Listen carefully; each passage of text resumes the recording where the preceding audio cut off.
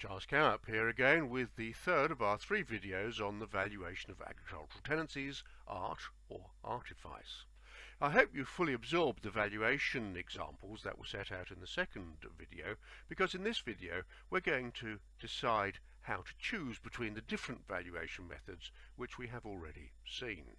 We saw that in particular in the Walton case, the Lands Tribunal had to make a very difficult decision between 4 quite contrasting valuation approaches, and in doing so it eventually took what we might call the profit rent approach, a somewhat sophisticated adaptation of the investment method approach to the valuation of a tenancy.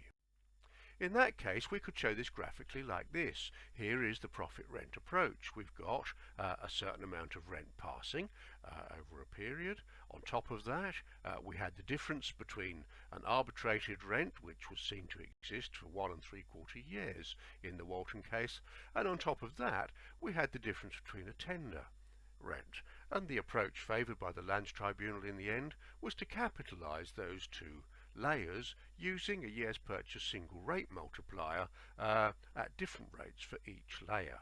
That was the preferred solution in Walton. But we also saw in Baird and in Walton as one of the less preferred valuations what we might call the vacant possession premium approach, or VPP, vacant possession premium. The vacant possession premium approach looks at the values like this. It says that here we have a high freehold valuation where vacant possession is immediately available. But if there is in place a very secure traditional tenancy, the freehold value subject to that tenancy will be much lower, perhaps as low as 40 or 50% of the freehold value. This approach therefore looks to the difference between those 2 values, and that is the amount of the vacant possession premium.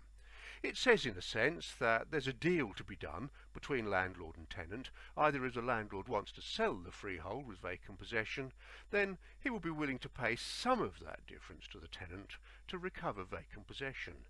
Equally, if the tenant wants to buy the freehold from the landlord, the tenant may well be willing to pay significantly more than the freehold value subject to the tenancy because of the value which he will secure by combining his own occupation with ownership of the freehold. In other words, there is a value of the tenancy that lies somewhere in this bracket. Exactly where in that bracket could be anywhere from very small to very high, and that's one of the key points for negotiation in issues like this one. But the sums don't work if the value of the tenancy is any more than that vacant possession premium gap. So how to choose between the 2 approaches, because Walton has clearly demonstrated, as well as the Baird case, that they come up with very, very different answers for the tenancy. If we look at the Lazell case, this was a completely different sort of a case.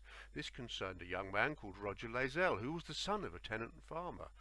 Sadly, his father died. Roger would have had succession rights, but the solicitors who advised him failed to advise him of their existence in good time for him to make an application. So he was unable to succeed to the farm of his late father in Essex.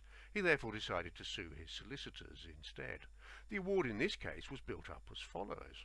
The court in that case said, well, to buy a freehold farm with vacant possession, similar to the one that Roger had lost the succession to, would have cost £440,000. However, simply to give Roger enough money to buy the farm would have been to compensate him for more than his loss, which was a lifetime tenancy with possible further succession rights. So the court deducted from this the proceeds that Roger could have made from a sale and leaseback of the freehold farm. These, the court viewed, would have been about £96,000. The compensation award to Roger was therefore £344,000. That's yet another way to value an agricultural tenancy, but that was specific to the terms of a negligence claim against a firm of solicitors, and this approach seems to be little used. So, returning to the theme of the Walton case, where several valuation approaches had to be considered and decided between by the Lands Tribunal, are we left with a choice after the Walton case? Can we still split the vacant possession premium, or does it always have to be based on the profit rent? The final decision of the Lands Tribunal is worth close attention in this regard because it does provide us with some guidance on how to make this decision. What the member of the Lands Tribunal said was this: if there is a coming together of aspirations within about the same time scale on the part of the landlord to release the vacant possession premium at an early date, in other words to sell the farm with vacant possession, and on the part of the tenant whose prime objective has become no longer to continue farming, then there's a deal to be done, and it will be appropriate to split the vacant possession premium 50-50 between landlord and tenant. So that sets some guidance from the tribunal as to the circumstances in which we might use the vacant possession premium split.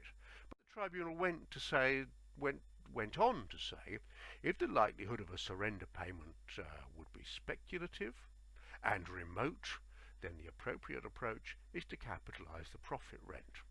And looking at the circumstances of the estate in the Walton case, it decided that this was a traditional estate which would characteristically re-let tenanted farms when they came back in hand, so indeed the likelihood of a surrender payment in that particular situation would indeed be speculative, and it would indeed be remote.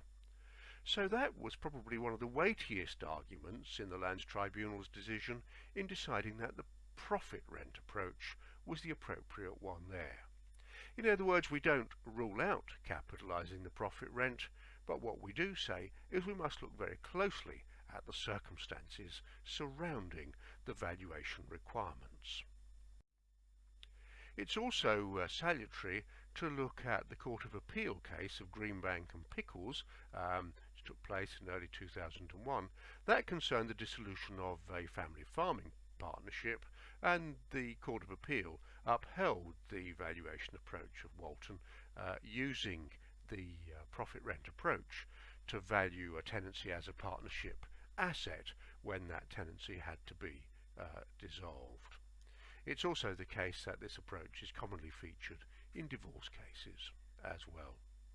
So far we have looked at the valuation of traditional agricultural tenancies, where it is quite likely that we can identify a reasonable element of profit rent, and we can identify a reasonable vacant possession premium as well. However, if we look at the economics of farm business tenancies, both of those features are likely to be far less prominent. Indeed, they may be non-existent. So it is worthwhile just ending this presentation with some implications for compulsory purchase of farm business tenancies.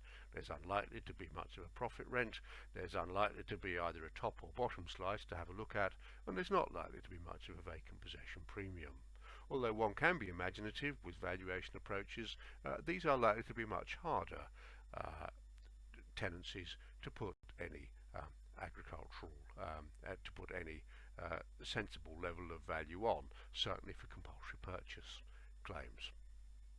That brings us to the end of the third of our 3 slides, a complex area, especially for the student newly coming to these areas, but I hope by recording these presentations in this way it will give you the opportunity to go backwards and forwards to revisit parts of the presentation which might demand close and careful attention, or indeed further reading to look into the background of the valuation methods as well.